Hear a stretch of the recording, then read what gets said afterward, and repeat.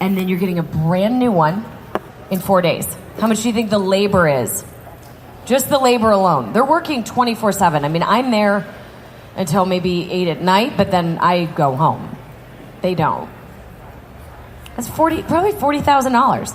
So we've got our contracts that any contractor we use agrees to come in and they give us a discounted price. So they want to be on TV, right? Their logos, everything. It's pretty good exposure. So they heavily, heavily discount their time.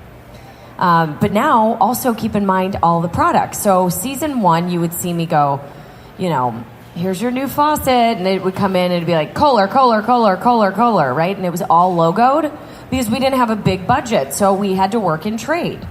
Well, once season 2 got picked up, then all of a sudden the budget got bigger and we couldn't trade anymore. So let's say that we wanted to use a Viking range or any range that costs, 10 grand. Okay, and we couldn't afford it on the show, but Viking or whoever would say, we'll give it to you for $2 grand. So we would get it for $2, but the homeowner would get it, and it's a $10,000 retail value, right? So that's why these are very expensive kitchens that we're giving people. It's not like we walk out the door and we close the door and the cabinets fall off the wall. I mean, these are kitchens. These are people that, that expect that from us. So it's not like we're just sitting there waiting. So how much time do you guys think is between when I see them at Lowe's and when I go back to crash? 6 months. Anybody else? So month minimum, just because by the time I leave their house, I got to start designing it. We've got to get our permits. We have to order everything, and then we deliver it. So about a month was our minimum. So it's a pretty fast turnaround. And then once we get there, we kind of lie to you. We say it's 4 days, but we say it's 3 days, but it's really 4 days. So outdoor kitchens, 3 days. Indoor kitchens, 4 days. But getting into this and doing TV was not my thing. I didn't try to get into it. It just kind of fell in my lap, which is really great. And it's been a wild ride. It's 117 episodes. So that's in 6 years. I'm exhausted. It's like Groundhog's Day. Thank you. But you run out of stuff, right? You run out of ideas. So anyway, I'm going to walk you through kind of my first season, what I kind of learned, right, from you guys. So you guys all used to tell me, we need our kitchen crashed. We need you to take a sledgehammer and knock down walls, right? And I believed every single one of you. And so I would go home with you and I would waste my time, right? But I started to realize that I wasn't really wasting my time. I was kind of seeing what you guys thought, was a crashable kitchen. And we had totally different takes on that. So here is an example. We're going to go through this. Here's an example of a kitchen that I walked into, and it was a couple, right? And the woman was crying. She was like, "Oh my God, I need you." And she's like, I just need you to take a sledgehammer and just take my kitchen apart. So we show up, and this is what we walk into. I don't know, the clarity on here is not great, but you can tell it's ugly and real messy. And so I walked in there, and I immediately thought that they had the wrong show. Maybe they needed hoarders, something like that, right? But they didn't need me. There's no way they needed me. Another thing about me, too, is I hate magnets. So that gave me major anxiety. I started sweating. I didn't want to be in there. And it just was not my favorite place. And this was episode 1. I was like, oh, God, I don't want to do this. This is terrible. But anyway, so I look at this kitchen, and I started thinking, okay, these people clearly have no more storage space, right? Or they just don't know how to organize. I don't know if you can see that there's like dog leashes on the pot rack. There's just stuff everywhere. So let's say I did an episode on this one. It would probably be like 3 hours. We'd clean the kitchen out, probably make fun of them a little bit, and that's about it. It'd be over. But once I clean the kitchen out, okay, and in your minds, if you can clean it out, is this a crashable kitchen? No, that's not a crashable kitchen. It's a beautiful kitchen. Big center island, cabinets go all the way to the ceiling. I mean, you got it all. You got the nice window over the sink, but this is a good kitchen.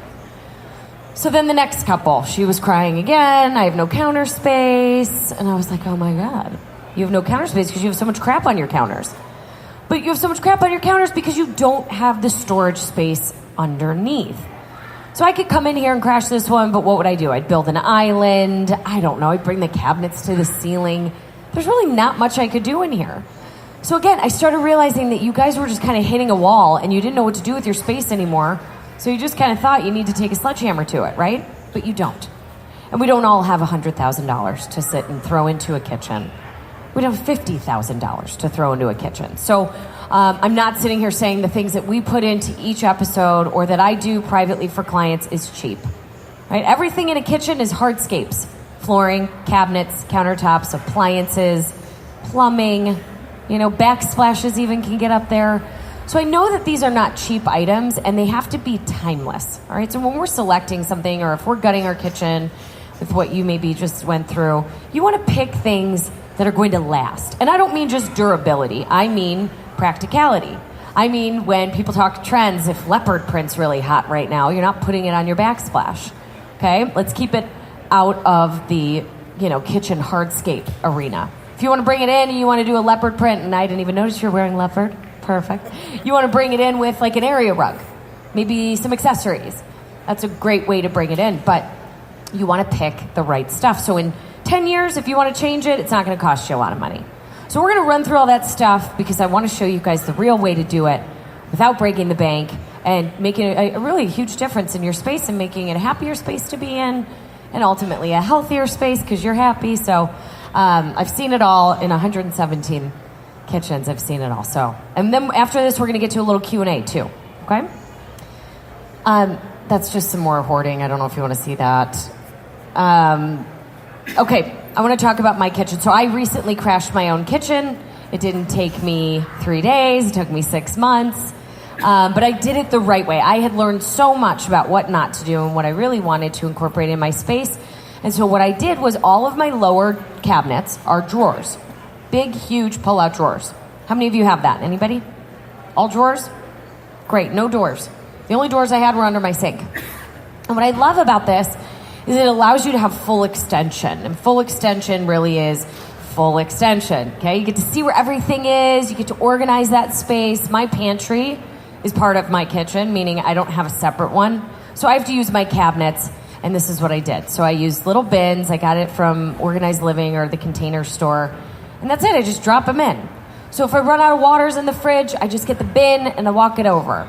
Everything has a home. So it's very easy to know where to go in your kitchen and kind of how to navigate. Attention everyone, if you are the driver of a Max Guard vehicle on the loading dock, we need you to move your vehicle as soon as possible. Assuming Max none of Guard, you you have a have vehicle on the loading dock, we need you to move that as soon as possible.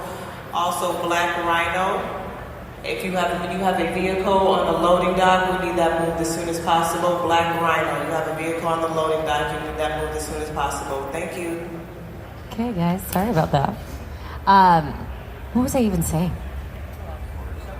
Drawers, thank you. Yes. So when we go in and crash a kitchen on day one, we get there and we have to clean out their kitchen with them. So we get into their cabinets and I'm always digging in the back and I'm like, you guys want to keep this? And they're like, oh my God, that's where that is, or that's where the cat was, or whatever. We find so much stuff in there and you guys don't even know you have half of it. So it's just tucked away. It's pushed back, and it's pushed back because you don't know it's there and you're keeping, you're kind of piling on stuff. And if you had the drawers, you could actually see where everything is. And if you had the drawers, you would actually be able to know what you had and organize it correctly, right? So we can't rip out our cabinets and do drawers, okay? It's expensive. Drawers are more expensive than doors. But what we can do, and why these home shows are so important, is you guys get to meet your local cabinet companies. You get to go and see what they're capable of. And what you can do, again, this is going to cost you maybe $2,000 max versus $10,000 to get new cabinets, is you can do lower pull-out drawers in your cabinets, right? So the look of the doors, but when you open them, you install lower pull-out drawers. So inside of it, you could do a second one on the bottom. For sure, you've got the room. You could do Tupperware, big pots and pans. But full extension, and now you've got, really very little work. And why I say to go with your local cabinet companies is because oftentimes they're cheaper than actually going to buy them and install them yourselves, or go to Lowe's or Home Depot and find, pre-made drawers. You do still have to install them, but those drawers are probably not going to take up the same amount of space that you have. You want to take advantage of all the space under your sink, right? Or under your, countertops. You want the full width. So that's why I say to go with those local cabinet companies. Have them come out, give you a bid. It's free. Another thing to have them do, and I always miss talking about this, but how many of you guys have, I had a picture of it before, have that space between the top cabinet and the ceiling? Anybody have a space? How many of you guys have a rooster up there? Previous house, there's always one, and you guys kind of come down. There's one of you. And why do we put roosters up there? We don't know what to do. We put vines, we put cool accessories.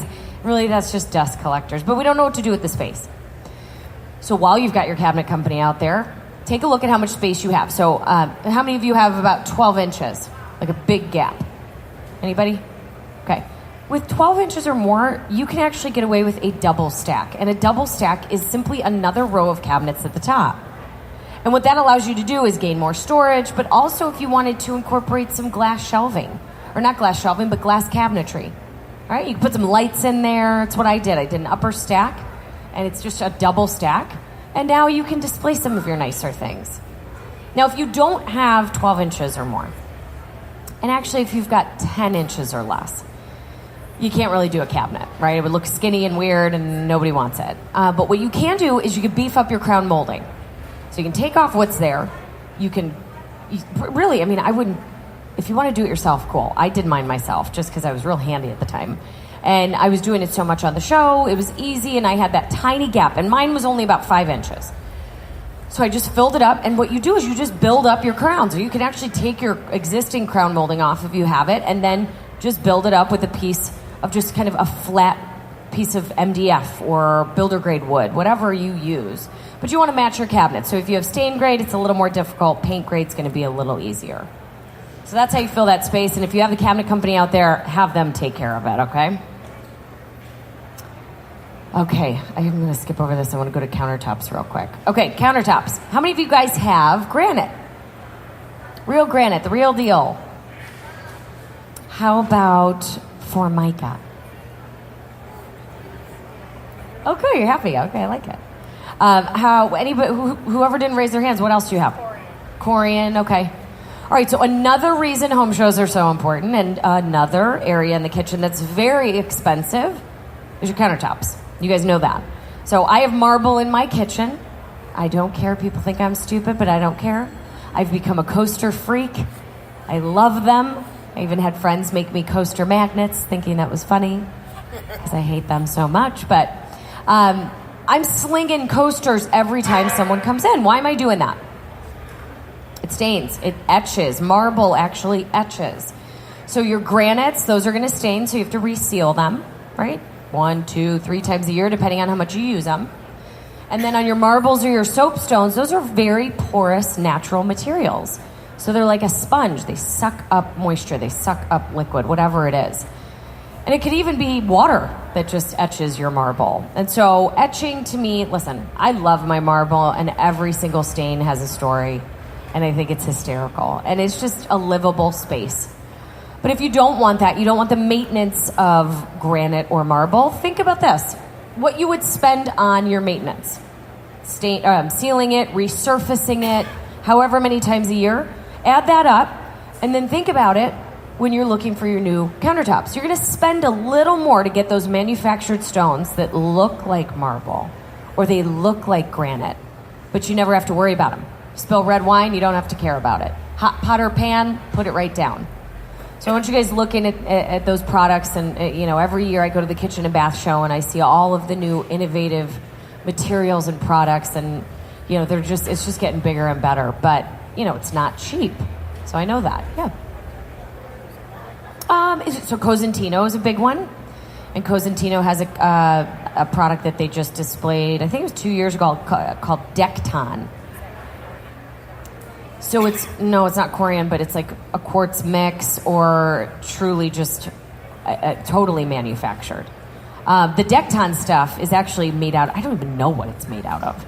But what they're doing now with Decton is you can do an electric cooktop underneath it. So you don't even know it's a stove. Clearly you have to mark it so no one burns their hand, but just tiny little marks, that's all they do. And you're seeing electric cooktops a lot more now. That's kind of getting hot again. No pun intended there, but people are really loving it again. That's happening. So these countertops, people want to hide their